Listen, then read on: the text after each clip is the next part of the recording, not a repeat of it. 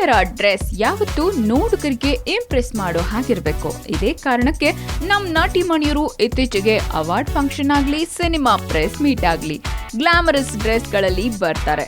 ಕೆಲವೊಮ್ಮೆ ಈ ಗ್ಲಾಮರಸ್ ಡ್ರೆಸ್ಗಳು ಮಸ್ತ್ ಆಗಿ ಕಂಡ್ರೆ ಕೆಲವರನ್ನ ಸುಸ್ತು ಮಾಡಿಸುತ್ತವೆ. ಅಸ್ತಿತ್ವ ಚಿತ್ರದ ನಾಯಕಿ ಪ್ರಾಜು ಪೂವಯ್ಯ ಚಿತ್ರದ ಆಡಿಯೋ ರಿಲೀಸ್ ಫಂಕ್ಷನ್ಗೆ ರಾಜಕುಮಾರಿಯಂತೆ ಒಳ್ಳೆ ಲಾಂಗ್ ಗೌನ್ ತೊಟ್ಟು ಬಂದಿದ್ರು.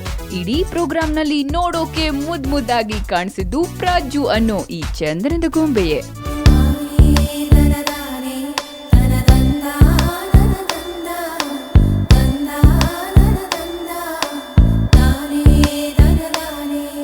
ಆದ್ರೆ ಈ ಗೌನ್ ತೊಟ್ಮೇಲೆ ಪ್ರಾಜು ಪೂವಯ್ಯ ಪಟ್ಟ ಕಷ್ಟ ಅವ್ರಿಗೆ ಗೊತ್ತು.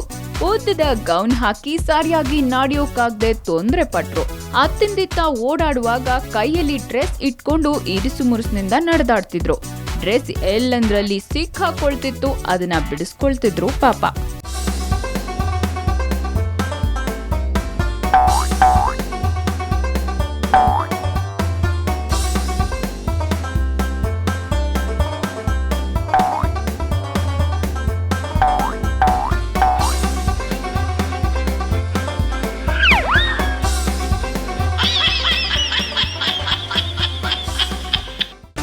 ಕಿರಿಕಿರಿ ಬಗ್ಗೆ ಕೇಳಿದ್ರೆ ಪ್ರಾಜು ಪೂವಯ್ಯ ಮಾತಾಡ್ಲೇ ಇಲ್ಲ.